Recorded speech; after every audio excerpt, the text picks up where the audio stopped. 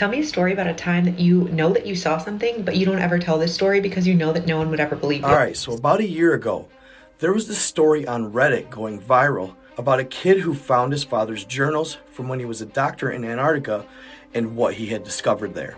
Long story short, his dad finds out when he's a doctor there that there's these large arachnids that are killing the US soldiers while he's on tour there. It's something that the entire base was covering up, and when he asked any questions, they basically ended up just shipping him out. So I posted my video about a year or so ago now, and on YouTube, all of a sudden it picked up steam again and went viral again. So I found myself reading the comment section, and one of the comments was absolutely mind-blowing. Story goes like this. In 2002, a friend of mine told me of an encounter that terrified him as a child all the way up to adulthood. And you all know the drill. All my content is for entertainment purposes only and may or may not be true. I just provide the stories and information, let y'all decide. Make sure you smash that subscribe button, hit that notification bell so you get notified every time I post. And I will have some more Navigator Across the Ice Walls coming up. I got an awesome cryptid story as well, so stay tuned. He said he was in his room around age 9, and he was playing with army men and marbles when he saw the head of an arachnid-type creature appear to him. This creature apparently came from inside of the wall. He said right when he was about to scream, it communicated to him in his head that it wouldn't hurt him. He told me it had the face of a human female, just slightly different. He asked for her to reveal herself, and she said she was a spider-like creature and didn't want to scare him. She met with him over the next few days and finally came out of the wall fully when she knew he was completely comfortable with her. He told me they were communicating telepathically, but at the time, he really didn't understand that's actually what was happening. He said he just knew they heard each other's thoughts. He asked her, was she there to take him away because he was adopted? And she said no, that he was actually someone that was related to her in her reality of existence, and she wanted to peek in on his new essence of being. She said she can cloak herself normally, but being overwhelmed with emotions of seeing him, she wasn't able to do so for some reason. She told him there are universal laws and boundaries she wasn't supposed to cross, but she couldn't help it. She had to find him. And just like she appeared, she was gone. He said he walked over to the wall and it was solid as a rock. He tried to explain this to his new family, and they ended up putting him in therapy and on medication, so he never brought it up again until the very moment he shared it with me. I laughed him off at the time. He had tears in his eyes, so I just told him it was okay, and I believed he saw her. We've never spoken about it again to this day. The following is another commenter's account on the same video. I have a friend who used to work with a military-type company. I am intentionally leaving the name out for privacy. He told me he was 17 stories under the Denver Federal Airport in the 1980s, and he only knew this because he could tell by how long and at what speed the elevator was traveling at. And that was his guess at about how deep he went down because he was blindfolded and escorted by 2 fully armed military guards. He said he was taken down a long hall and put into a room, and after about 30 minutes, the guards came and got him and took him to this big office. He told me some rather large overweight man proceeds to take out this large book from this massive desk in his office. He then starts unfolding this massive book, which then turns into a huge map of the United States, showing high-speed rail systems, underground power stations, underground military bases, and different zones of control throughout the world.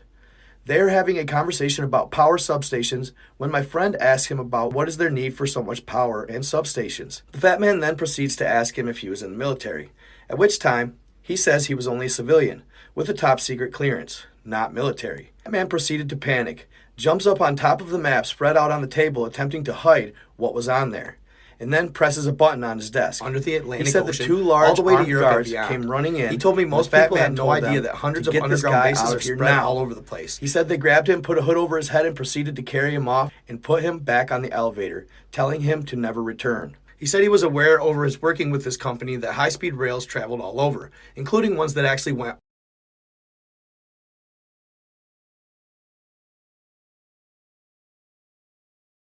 and all connected with high-speed rails, where the trains actually levitate magnetically, so they travel with almost no sound. I would not at all be shocked at anything they are hiding way down there. Think about it. 160-some countries all on a peace treaty since 1959, yet they fight wars everywhere else. Next story about Antarctica gets even crazier. I worked with a person that told me this story 12 years ago. This person had a child who worked for the Air Force.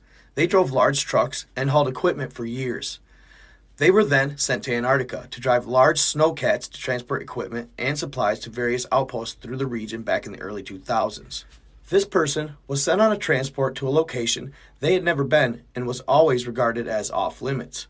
As they finally made it to this area, they saw a large structure out in the distance on the horizon.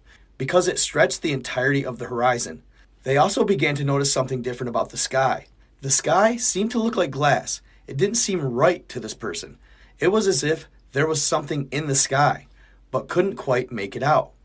As they got closer to the structure, it just grew larger and larger, and they couldn't believe what they were seeing. It was a large black building with no windows. It looked to be a modern building that you would see in New York or another large city. As this person finally approached the delivery area, they said they could not see the ends of the building and that it seemed to stretch on forever. They also noticed that the sky shimmered like glass when reflecting light. They said they felt as if they were at the end of something, almost felt like there was a wall behind the building and that the building was built into this wall. It made no sense to them, and it felt wrong, as that they shouldn't be there. This person wanted to leave as soon as possible, so they finished the supply drop, which were large nondescript cargo type containers. They have no idea what was in the containers, nor did they see anything that was alien or the like. The building itself felt ominous and bad, and that they had an extremely bad feeling when there. None of it seemed possible. The sky, the building, and even the individuals in the receiving base seemed different, not normal, such as the military or the scientific type. This person would only describe the people there as just giving off a weird vibe, as if they were bad or out of place. This individual made it back to their home base and immediately asked for a transfer to another area where they know they would only do local runs and not the long hauls until their deployment was over. This person never saw anything out of the ordinary again while finishing their deployment there. They did say they would hear people talking about odd things happening around there. They never specified as to what the odd stuff was and refused to even repeat it or talk about it again. I trust this person who I worked with, and they would never make up such a story to me for any reason. They were a hardworking laborer type person whom I knew for years before they ever told me this and asked me to never give out their information. This is the last comment I'm going to read from this post. My grandfather was in World War II. He was a Merrill Marauder for intelligence and reconnaissance. He was around the age of 73 when he told me that after the war back on the Indian reservation, alcohol was illegal to the Indians. So they had bootleggers close to the reservation borders. He and several friends would case up, and before they headed back to the Indian reservations, they would drink and visit, holler around, and enjoy getting drunk. It was a thing on the weekends, until they seen a few massive spiders. I can't share directly what took place, but he said it could be from the bombing range that Ellsworth Air Force conducted studies at, right next to the Indian reservation in South Dakota. He also believed it could be the chemicals that caused the insects to grow so massive. We rode horses by the Badland Wall before. He asked me if I seen the huge holes on the sandstone domes. I said yes. That's when he told me don't ever go out to the Badlands, not alone, not ever, or at night. He only told me about the spiders, not the snakes or the people with no eyes that would scream and run around in the dark. There are things we don't understand. We shouldn't try. We have a job as humans. That's to be human and be good at it. To be happy, healthy, and just leave shit alone. Also, I've been dabbling with the idea of starting a second channel and being a YouTube commentator, meaning I'm going to cover things like the Mr. Beast stuff, the Dr. Disrespect stuff. I'm going to be kind of covering a little bit of everything. I'm thinking about either integrating it in my channel or starting a second channel because that stuff is hot right now. It's popping, and I think it's a good idea to try and cover it. And it piques my interest. I follow all of it, and it's something that I like. So let me know what you guys think in the comments. And I hope you enjoyed those stories from some of my followers. There's nothing more that I like than hearing firsthand accounts. People being able to share without having to share their identity. It gives people a place to share their stories without feeling embarrassed or scrutinized. So I thought these stories were awesome. Let me know what you guys think in the comments, and maybe I'll start doing a little bit more of these. Stay in love, stay in the light, be kind to others. I am out.